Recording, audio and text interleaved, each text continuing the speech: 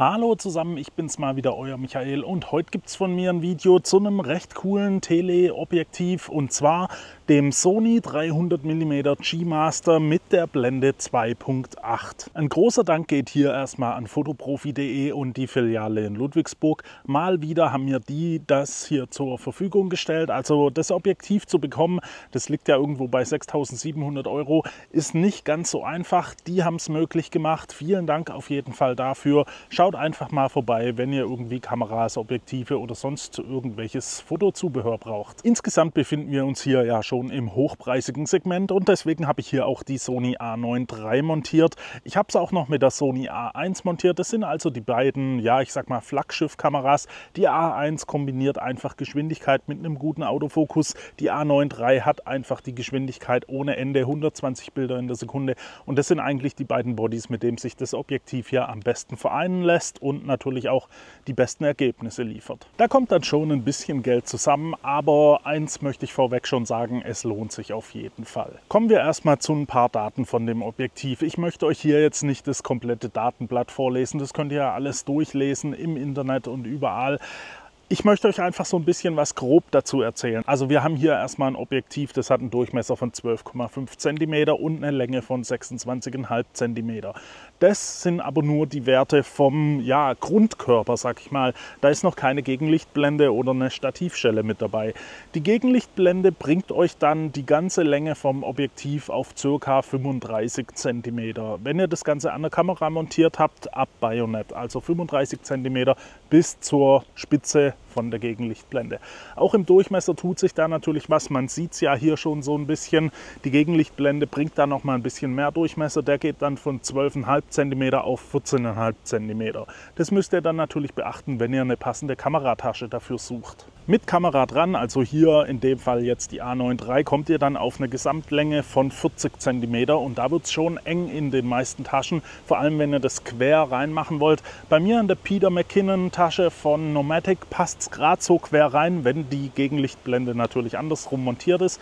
Da ist das Ganze dann von der Länge so, dass es quer reinpasst und da gerade so auch vom Durchmesser, also der Höhe, reinpasst. Ihr müsst euch da also eine passende Tasche suchen, wenn ihr das denn in der Tasche montiert transportieren wollt. Alles in allem ist das Objektiv aber trotzdem noch sehr kompakt. Wenn wir die Gegenlichtblende abnehmen, dann haben wir hier eine Größe, es ist vielleicht ein Tick größer, also in der Länge, als ein altes 70-200er 2.8er Objektiv. Das ist also schon ganz ordentlich, was Sony hier gebaut hat. Es ist auch nicht wirklich schwer. Das Gewicht vom Grundobjektiv, also vom Grundkörper, beträgt 1470 Gramm. Mit Gegenlichtblende und Stativfuß kommt ihr dann auf ca. 1750 Gramm. Einsatzbereit mit einer A9 III seid ihr hier bei 2440, 2450 Gramm. Also das ist schon relativ leicht für das, dass ihr einfach einen 300 mm mit einer Blende 2.8 habt. Das Objektiv ist auch staub- und spritzwassergeschützt. Es ist also abgedichtet. Macht natürlich auch Sinn, weil sowas hier wird ja gebaut, um bei Sportarten am Spielfeldrand genutzt zu werden. Und nicht alle Sportarten werden nur bei schönem Wetter ausgetragen. Deswegen macht es hier natürlich Sinn. Würde ich von einem G-Master aber auch erwarten. Aufgrund der Größe kommt das Objektiv mit einer Lederkappe, die ihr hier drüber ziehen könnt. Ihr habt also keinen klassischen Objektivdeckel. Es liegt einfach daran, ihr habt hier vorne fast oder ziemlich genau 100 mm Durchmesser vom Glas und natürlich auch von der Aufnahme. Es gibt kein Filtergewinde, also ihr könnt vorne keinen Filter montieren, deswegen gibt es wahrscheinlich die klassische Kappe auch nicht. Ihr könnt hier hinten einen Filter montieren. Das ist ein 40,5 mm Filter, den ihr hier als Einschubfilter einstecken könnt. Es ist also kein klassischer Filter nutzbar, was bei der Größe natürlich auch keine Seltenheit ist. Ihr seht hier, ihr habt eine Stativschelle mit einem Stativfuß, was bei der Größe natürlich und bei dem Gewicht vor allem auch Sinn macht. Der Fuß lässt sich demontieren, die Schelle an sich nicht. Was aber nicht weiter schlimm ist, die Schelle lässt sich verstellen, und zwar frei. Also ihr habt hier keine Rastung, die euch da ein bisschen haptisch bestätigt, dass ihr da jetzt einen gewissen Punkt erreicht habt. Das ist ein bisschen schade, weil ich finde es eigentlich ziemlich gut, wenn man die einfach relativ schnell verdrehen kann und dann weiß, okay, ich habe es jetzt 90 Grad gedreht oder so. Der Fuß selber bietet euch leider auch keine AK-Swiss-Kompatibilität. Da müsst ihr also entweder eine entsprechende Platte verwenden oder eben einen anderen Fuß montieren. Der lässt sich ja demontieren und da gibt es auch von Drittherstellern andere Füße, die könnt ihr da dann natürlich nutzen. Das Objektiv bietet euch natürlich auch verschiedene Bedienelemente. Ihr könnt hier also den Autofokus umschalten, ihr könnt den Fulltime DMF, also Direct Manual Focus, anschalten oder auch deaktivieren. Ihr könnt den Fokusbereich limitieren von 6 Meter auf unendlich oder eben auf den vollen Bereich. Ihr könnt den Bildstabilisator, welchen euch das Objektiv natürlich bietet, aktivieren, deaktivieren und zwischen den 3 entsprechenden Modi hin und her schalten. Ihr bekommt hier auch noch so einen kleinen Control-Ring, den könnt ihr belegen mit einer Funktion, welche euch passt, und ihr habt hier Funktionsknöpfe. Und bei den Funktionsknöpfen ist es ein bisschen komisch, weil ich bin es eigentlich gewöhnt, dass die einfach im 90-Grad-Winkel verteilt sind und 90 Grad zur Kamera passend verteilt sind. Die hier sind jetzt aber ein bisschen verschoben, das heißt ein bisschen verdreht, und das fasst sich irgendwie ein bisschen komisch an, bedient sich auch irgendwie ein bisschen komisch. Ich weiß nicht, warum das so ist. Mit meinen Händen ist es auf jeden Fall so, dass ich da nicht ganz so klar komme. Ich bin eigentlich immer ein bisschen weiter oben. Insgesamt liegt es schon sehr gut in der Hand, ist ja relativ gut ausbalanciert. Also es macht schon wirklich Spaß, damit zu arbeiten, und vor allem, es ist halt wirklich nicht schwer. Der Mindestabstand zum Fokussieren beträgt 2 Meter. Aufgrund der Blende 2.8 habt ihr da dann natürlich ein ordentliches Bokeh bei 300 mm.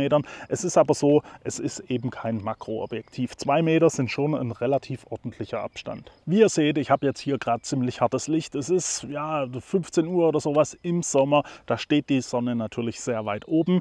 Also lasst uns mal über Gegenlichtverhalten reden. Und das ist auch bei dem Objektiv wirklich sehr gut gelöst. Also ihr habt eigentlich so gut wie kein Ghosting und keine Flares. Und auch im wirklichen Gegenlicht habt ihr keinen Kontrastabfall. Also da macht das Objektiv schon alles richtig, was man bei dem Preis natürlich aber auch erwarten darf. Und dann kommen wir zum wahrscheinlich wichtigsten Punkt vom Objektiv, und zwar die Bildqualität.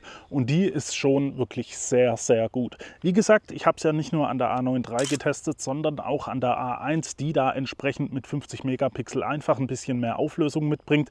Und ich kann euch sagen, das Objektiv ist einfach nur scharf. Selbst bei Offenblende, also bei 2.8, ist das Ding wirklich sehr scharf. Abblenden auf F4 oder so bringt euch da fast keine Mehrschärfe. Es ist einfach auf so einem hohen Level. Das ist schon hervorragend. Das muss man einfach sagen, da haben sie alles gut gemacht. Also das ist schon sehr vorbildlich, wie das Objektiv hier abliefert. Vor allem eben an der A1 mit der höheren Auflösung. Und das Ganze bezieht sich natürlich nicht nur auf die Mitte vom Bild, sondern auch im äußeren Bereich bildet das Objektiv sehr scharf ab. Jetzt ist es aber so, bei 300 mm 2.8 wird euch da der äußere Bereich meistens im Bokeh untergehen. Aber natürlich, wenn ihr mal eine Landschaft oder sowas fotografieren wollt, ist auch die Schärfe außenrum ja von Vorteil. Die hat das Objektiv auf jeden Fall und liefert da richtig gut ab.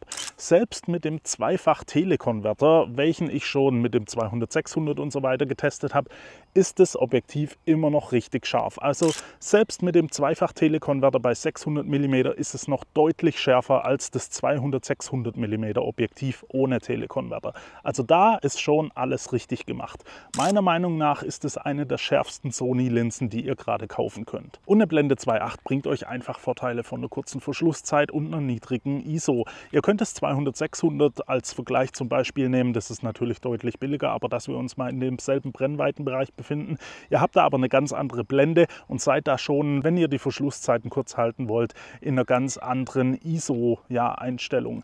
Das habt ihr hier natürlich nicht. Ein weiterer Vorteil, Blende 2.8, 300 mm, ihr habt halt ein traumhaftes Bokeh. Und auch das macht das Objektiv hier wirklich gut. Ihr habt ein cremiges, ruhiges Bokeh. Da sind nicht irgendwelche Verwirbelungen oder sowas zu sehen. Und ihr habt einen schönen Übergang von der Schärfeebene in Hintergrund und natürlich auch in Vordergrund. Also auch hier kann das Objektiv richtig gut abliefern.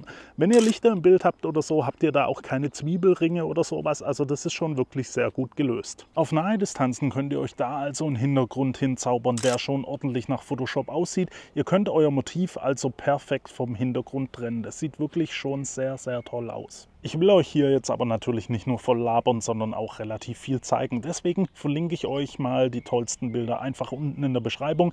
Ich werde das Ganze auf Flickr in voller Auflösung hochladen. Dann könnt ihr euch da einfach mal ein Bild davon machen, was das Objektiv so leistet. Das sind dann Bilder von der A9 III und von der A1 dabei. Ein wichtiges Thema habe ich jetzt noch nicht angesprochen, aber ich sag mal so, Das Thema Autofokus ist bei dem Objektiv natürlich kein Thema. Das Objektiv hat einen Top-Autofokus, der fokussiert schnell und sehr leise, also ist eigentlich unhörbar, bietet euch da also auch die Performance, die ihr mit so einem Objektiv natürlich braucht. Das Ganze fokussiert ordentlich. Was ihr vielleicht bedenken müsst, nutzt ein bisschen diesen Fokuslimiter. Gerade wenn ihr weiter weg als 6 Meter seid, dann verhindert ihr einfach das Pumpen vom Objektiv, falls sich die Kamera mal vertut und irgendwas im Vordergrund fokussieren will. Mit dem Limiter seid ihr da wirklich auf der schnellen, sicheren Seite für Motive, die eben ein Stück weiter weg sind. Und auch beim Bildstabi müsst ihr da natürlich keine Abstriche machen. Da bekommt ihr auch das aktuellste, was Sony so zu bieten hat, und das funktioniert auch hier in der Kamera sehr gut. Einen kleinen Nachteil hat das Objektiv vielleicht, und das ist einfach der Preis. Aktuell glaube ich 6.700 Euro, also 6.699 Euro.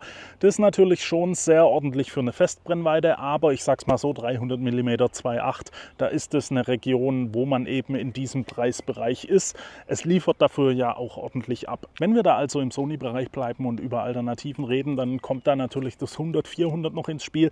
Das ist aber an sich überhaupt gar nicht vergleichbar, weil ja eben von der Lichtstärke ganz was anderes und auch von der Bildqualität, das kommt hier einfach nicht hin. Wie gesagt, das ist meiner Meinung nach gerade eins der schärfsten, wenn nicht sogar das schärfste Sony-Objektiv, was ihr kaufen könnt. Und auch so ein 200-600 oder so, ganz andere Liga, auch preislich natürlich eine ganz andere Liga. Insgesamt macht das Objektiv also alles richtig. Klar, ich könnte ein bisschen drüber meckern, dass die Knöpfe hier vorne ein bisschen verdreht sind, aber das ist Meckern auf sehr hohem Niveau, und wenn man sich dran gewöhnt, ist das auch kein Problem mehr.